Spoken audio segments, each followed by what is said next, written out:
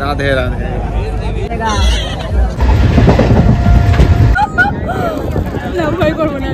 7 kilometre চলে এসেছি, আর 20 kilometre. Video শুরু হওয়ার প্রথমেই জয় Shrikrishna. So hello everyone, welcome back to my channel. আশা করছি তোমরা সবাই খুব ভালো আছো, আর আমি খুব ভালো আছি। তো আজকে সেই দিনটা চলে এসেছে যেটা তোমাদের বলেছিলাম যে আমরা একটা কোথাও যাব। তো আজকে আমরা যাচ্ছি দ্বারিকা, কৃষ্ণ ঠাকুরের নগরী। এখন হয়েছে রাত্রি 10টা, আমাদের ট্রেন আছে 11:30টায়। আর এই যে একজন রেডি হয়ে গেছে। এখানে খুব একটা মানে ঠান্ডা নেই, তো সোয়েটার পরে আমার গরমই লাগছে।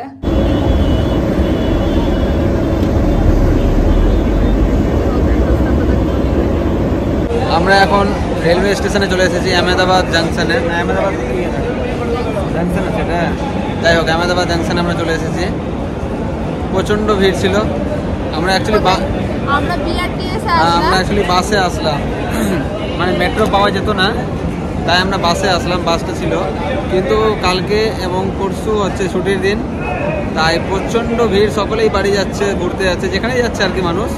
মানে রাত কটার সময় বাজে? 10টা না, 10টা 10:15 বাজে। মনে হবে না যে 10টা বাজে, মনে হবে যে সন্ধ্যা 6টা 6:30 বাজে। রাস্তাতে সব জায়গায়, আর 140 কোটি লোক যেখানে থাকবে সেখানে তো ভিড় হবে। এটা নিয়ে কোনো মানে বলে আর কি লাভ নেই। আমরা কালকে আছে মকর সংক্রান্তি, আর আমরা মকর সংক্রান্তির আগে রাতে যাচ্ছি, মানে বেরোচ্ছি। এখন বেরিয়ে গেছি, এখন তো স্টেশনে আছি। কালকে সকালে আমরা পৌঁছাবো। আর কালকে আছে মকর সংক্রান্তি। আমাদের জন্য মকর সংক্রান্তি তামিলনাড়ুতে হচ্ছে সেটা পোঙ্গল, ওটা তাদের সবথেকে বড় উৎসব পোঙ্গল। এখানে হচ্ছে কাইট ফেস্টিভ্যাল। কাইট ফেস্টিভ্যাল এখানে কালকে সব পাগল হয়ে যাবে, ঘুরে উড়াবে। গুজরাটেই থাকছি, গুজরাটের বাড়িতে যাচ্ছি না, দ্বারিকা তো গুজরাটেই পড়ে। তো আমরা দেখাবো কেমন সেলিব্রেশন করে, আকাশে শুধু ঘুরিয়ে দেখাবো। না, সেখানেও ভালো হবে আশা করি, কারণ সেটা যেহেতু দ্বারকা আছে তো নিশ্চয়ই কোনো সেলিব্রেশন তো একটা হবেই। গুজরাটে বলছে গোটা গুজরাটে কাইট ফেস্টিভ্যাল। হ্যাঁ ওটাই। তো আমরা এখন প্ল্যাটফর্মে বসে আছি, সেকেন্ড প্ল্যাটফর্ম। আমাদের ট্রেনে অপেক্ষা করছি। এখন 11টা বাজে, 11:30টায় আমাদের ট্রেন আছে। তো এইমাত্র আমরা ট্রেনে বসে গেছি।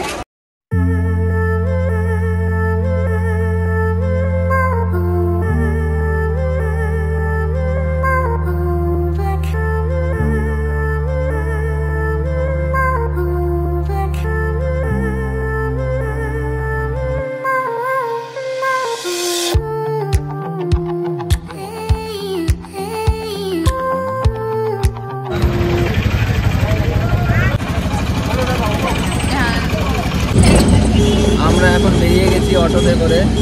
না, এখানে অটো আছে, মানে এমনি কার ফারও আছে, খুব একটা নেই। তো এখানে অটো প্রচুর পরিমাণে আছে, তো আমরা অটোতে বেরিয়ে গেছি।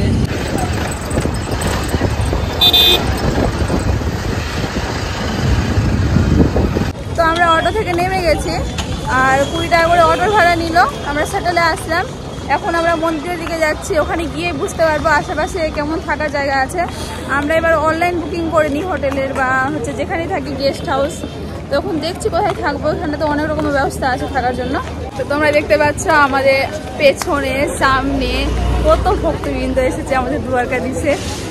আর আশেপাশে অনেক খাবারের দোকান আছে। এখন তো সকাল 8:30 বাজে, আর সবাই আশা করছি দর্শন করে বেরিয়ে গেছে আরও সব দেখার জন্য।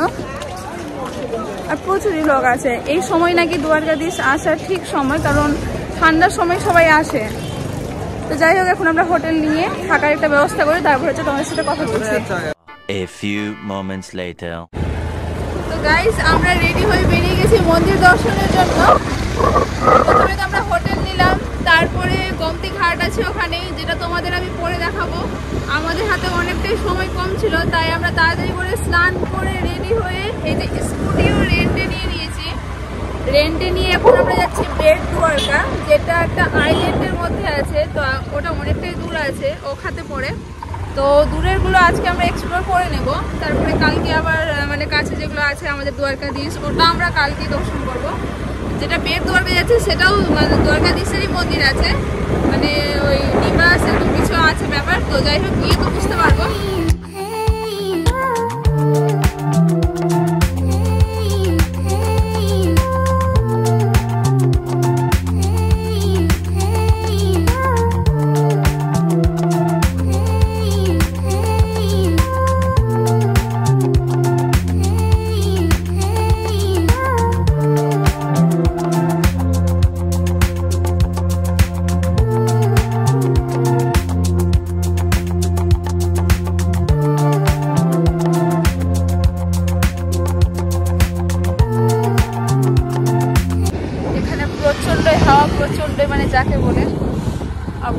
চশমা পরিয়ে দিয়েছে আমারই, আমার হাতা গোটাচ্ছে। প্রচণ্ড হাওয়া, মনে হচ্ছে আমরা হাওয়া চিরে যাচ্ছি।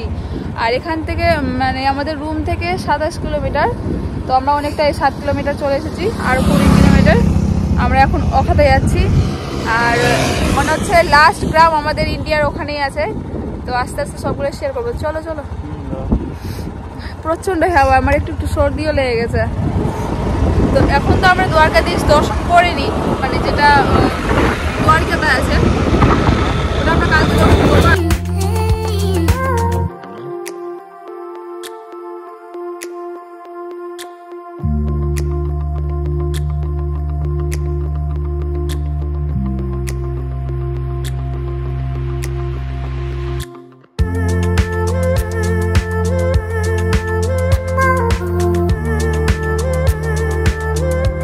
যে আমাদের স্কুটি, আমরা এটা স্কুটি নিয়েছিলাম। এখানে প্রচুর ভিড় আছে, সামনে কি আছে সেটা সামনে গিয়ে দেখাচ্ছি। তো এইমাত্র আমরা অখাতে পৌঁছে গেছি। এবার আমরা লঞ্চে করে, আইল্যান্ডের মধ্যে আছে তো আমরা লঞ্চে করে ওই জায়গাটায় যাব। মানে একটা নদীর মধ্যে যেরকম চর হয়ে যায়, তো এখানে একটা সমুদ্রের মধ্যে চর আছে, মানে যেটা কখনো ডুবেনি, 5000 বছর থেকে ওরকমই আছে, সেটাকে বেট দ্বারকা বলে। তো এখন আমরা ওখানেই যাব। আর ওই কাছে টিকিট কাটার জন্য ওইদিকে প্রচুরই লঞ্চ আছে, আর প্রচুরই ভক্তবৃন্দ সবাই যাচ্ছে ঠাকুরের দর্শনে। আমরা এখন চলে এসেছি, টিকিটটা দেখো, টিকিট কেটে নিয়েছি আমরা। এখন যাচ্ছি নৌকার দিকে, একদম সমুদ্রের ধারে আমরা আছি। প্রচন্ড ভিড়, আজকে সংক্রান্তির দিন, কিন্তু ভেবেছিলাম ভিড় হবে না। আইল্যান্ডে যাচ্ছি, তো খুবই সুন্দর এখানে লাগছে। যাই হোক, একটু পরিবেশটা খুব পরিষ্কার না, কিন্তু তবুও যেহেতু নদীর ধারে আছি আমরা, খুবই ভালো লাগছে। হ্যাঁ,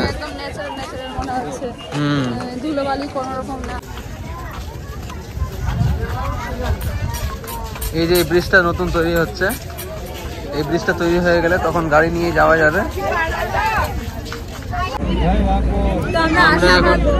আমরা এখন নৌকায় বসে গেছি। লঞ্চ না, এটা ছোট নৌকা বলতে পারবে, মানে বড় নৌকা। প্রচন্ড লোক আছে নৌকার মধ্যে, দেখতে পাচ্ছেন। এই যে প্রচন্ড লোক আছে, আর আমরা আসা মাত্রই মানে উঠতে পেরেছি, দুজন আছে। এদিকে দেখুন কত লোক দাঁড়িয়ে আছে, ওদিকে যাবে বলে। রাধে রাধে। নৌকা ছেড়ে দিল।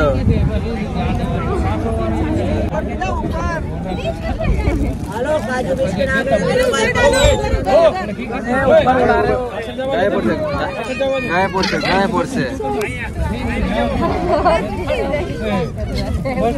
ভেঙে না, তো ভাঙে না।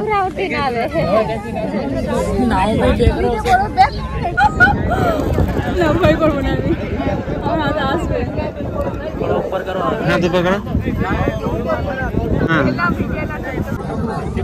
আমরা এখন লঞ্চে আছি, একজন এই যে পাখিকে খাওয়াচ্ছে, একজন হাত বাড়িয়ে রেখেছে, কিন্তু পাখিগুলো আসছে না। লঞ্চে প্রচুর লোক আছে, সকলেই মুড়ি দিচ্ছে আর সবাইকে।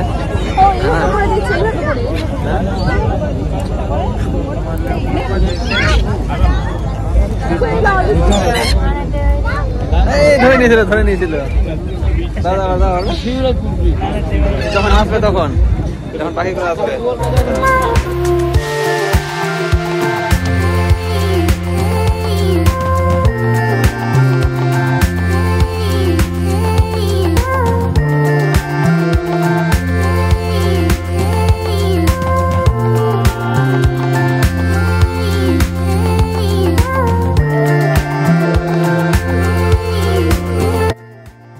সো গাইস, তোমরা দেখতে পেলে যে আমরা বড় দেখে একটা নৌকাতে একটা আইল্যান্ডে যাচ্ছি, যেটার নাম হলো বেট দ্বারকা।